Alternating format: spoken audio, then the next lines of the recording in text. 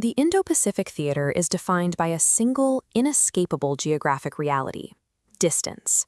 Any coalition forces attempting to coordinate operations here have to manage thousands of miles of open, hostile ocean between their home ports. Military planners often theorize about future naval conflicts as short, highly intense clashes that end quickly after a decisive battle.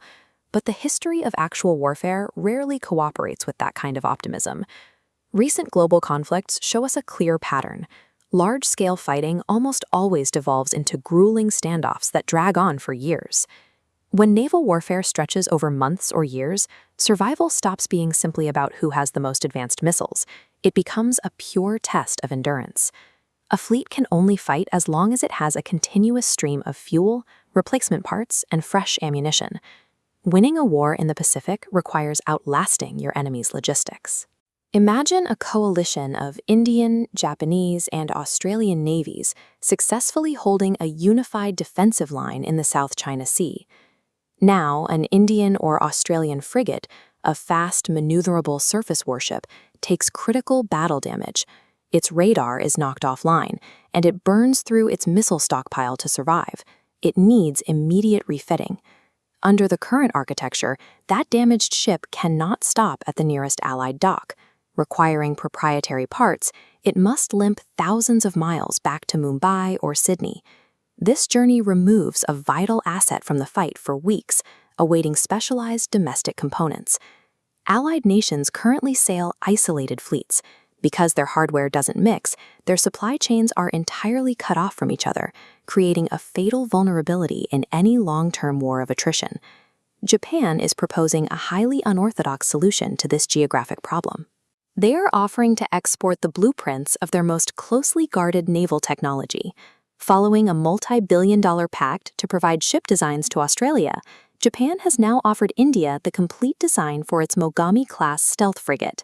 This is an advanced $500 million warship designed specifically to evade enemy radar. The goal is to build a standardized fleet. If India, Japan, and Australia all operate the exact same class of warship, their navies become mechanically identical. This strategy takes 3 isolated national supply chains and merges them into one interchangeable logistical network across the entire Indo-Pacific.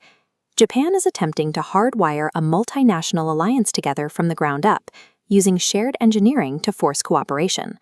Let's apply this standardized design to our earlier battle scenario. An Indian-crewed Mogami frigate takes heavy damage while operating near the Sea of Japan. Instead of retreating to the Indian Ocean, the captain reroutes the ship into the nearest Allied port in Tokyo. Because the architecture is identical to Japan's fleet, Tokyo's dockyards instantly have the matching missiles, torpedoes, and hull plates to fix the Indian ship. Traditional military alliances often fail at the repair yard because hardware isn't compatible. Standardizing the fleet ensures that a ship's nationality doesn't determine whether an Allied port can provide the right parts. True interoperability multiplies the endurance of the entire combined fleet. It keeps warships on the front lines fighting, instead of burning fuel in transit. The urgency behind Japan's offer stems from a chilling realization in Tokyo. In the event of a sudden regional crisis, the United States Navy simply might not arrive in time. Volatile domestic politics in Washington have made American foreign policy less predictable. Japanese leadership recognizes that long-term security guarantees from the U.S. are no longer absolute. To secure its immediate neighborhood, Japan is officially abandoning decades of strict constitutional pacifism to become a lethal arms exporter. They are actively crowdsourcing a self-reliant, highly integrated Asian defense network before a major conflict can break out. However, the actual execution of this massive defense pact carries heavy friction. When the negotiations begin, Japan will have to decide exactly how much of its proprietary stealth technology it is willing to transfer to foreign shipyards, and how much it intends to keep locked behind closed doors. On the other side, military planners in New Delhi have to evaluate the cost. They must decide if committing $500 million per ship for a deep-sea frigate optimized for a Pacific war makes practical sense for their budget. India might find far more utility in building cheaper, domestically designed vessels that are specifically tailored for localized threats closer to home, like border tensions with Pakistan.